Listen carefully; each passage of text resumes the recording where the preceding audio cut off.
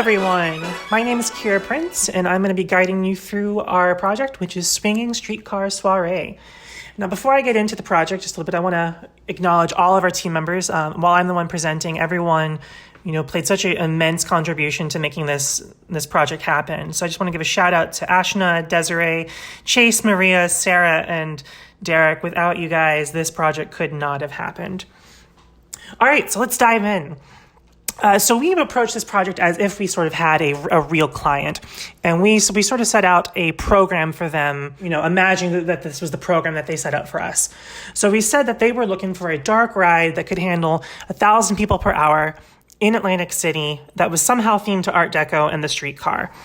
And then we also made sure we paid attention to the demographics. And we really wanted to make an attraction that was good for everyone from ages 5 to 95. We wanted as many people to be experience this as possible. Now, we were really excited about the idea of a streetcar. There's such an iconic mode of transportation. And so we dove headfirst into the research to try to figure out our story and where and when exactly it might be happening. And as we did that, we really narrowed it down to quite quickly to the 1920s, and specifically around 1925. We thought that was sort of the most evocative period of the entire Art Deco period. It was the Jazz Age, Art Deco was new, everything was being streamlined, Prohibition was going on, there were airships on the horizon, and the Depression was still a few years out from that, and everyone was blissfully ignorant of what was going to be happening. And so we dove into this time period and we started looking at the art from this time period and all these, beautiful travel posters with their bold, contrasty colors and exaggerated perspective. And we just really fell in love with the theatricality of it all. We wanted to jump right into it and experience it firsthand. And so that's what sort of gave us our hook and what we wanted to achieve. And so with that, we developed the idea of Swinging Streetcar Soirée. It's a hotsy-totsy romp into the age of big bands, speakeasies, airships, and more, where you can put right into the driver's seat of your very own streetcar, and you're kind of immersed in the splendor of the Art Deco metropolis at sunset. And of course, because it's a swinging streetcar soirée, it is the era of big band after all. Your streetcars will be spinning their way left and right through the experience. In order to do that, we're going to use the Oceaneering Evo 6 tracked ride system. Holds 6 people per vehicle, and it has three degrees of freedom of motion. So not only can we spin people, but we can also, kind of lean them into the scenes. And so we've taken that ride system and really dressed it up into the streetcars you see here.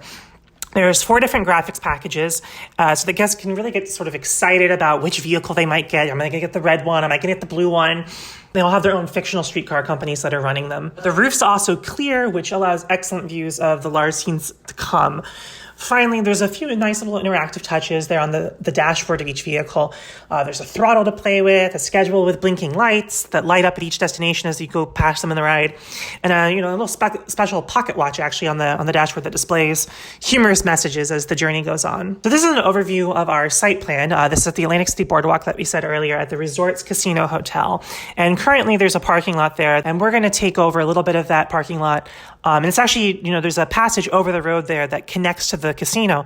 And so the idea is that, this attraction will not only be accessible from the boardwalk, but it'll also be accessible from the hotel and really allow a new entry point for that hotel. Basically, in order to connect these two hotels, we're going to build a large concourse that's themed to the train station. And on that concourse, there's also space for, small retail opportunities to really kind of fully capitalize on this new area. And you can see that concourse on the right-hand side. And so the boardwalk's down at the bottom, and you'll enter through this concourse. And on the left is the queue for the attraction. And then up at the top is the actual connection to the current pedestrian bridge. And speaking of the queue, this queue is really made to look like the turn-of-the-century train station. So there's a lot of paneling, newsstands, and that sort of thing. There's a player piano that, tinkles out jazzy tunes. And then on busy days, we can actually have a performer there, maybe with a saxophonist or something, and, play live for the waiting crowd. Opposite them is a large split flap display, just like you'd see in all the old train stations. It sets the tone for the whole area. You hear it go flip, flip, flip, flip, and it separates the queue from the unload the area while still sort of providing one immersive space. We also did a little bit of technological trickery on that display.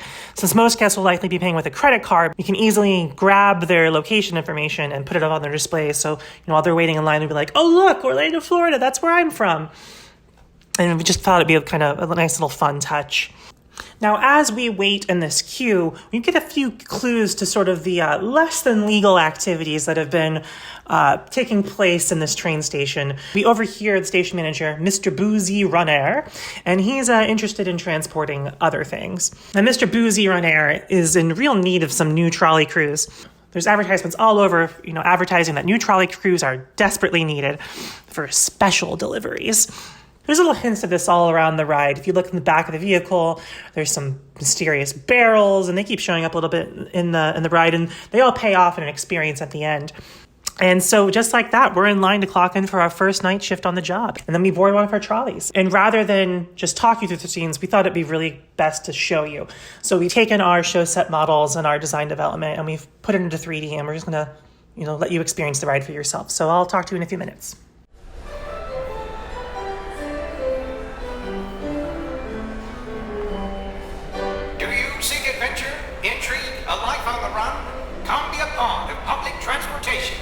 Transport precious cargo from destination to destination. Recruiting all positions now. No experience necessary. Just a beating heart. That is a heart beating with the passion for a run well done, and who don't mind spending some time in the caboose.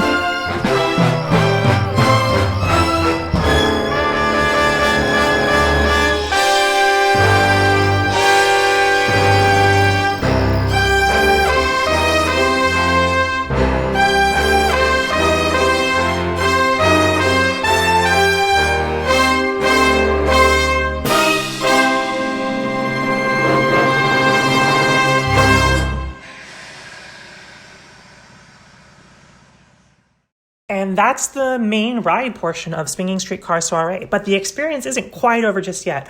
For guests in the know, there's a special treat waiting for them. You might remember at the beginning of the presentation, I talked about these mysterious barrels that pop up in a few scenes on the ride and the precious cargo that Mr. Boozy Runner has been transporting.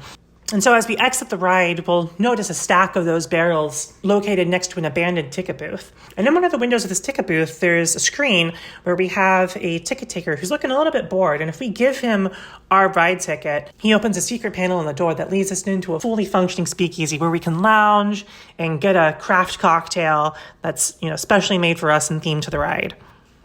And that's Swinging Streetcar Soirée. We think it'll make a great addition to the Atlantic City Boardwalk. It's exciting, with just the right amount of thrill, set in an aspirational, beautiful setting, appropriate for most ages, and, we incentivize ridership with that speakeasy at the end. You get your ride ticket, and then you can go get a drink. It can handle just over 1,000 people per hour, and will sure to be the thing that everyone writes home about. So I'd just like to thank you all for listening to our presentation, and we hope that you've really enjoyed it. Thank you.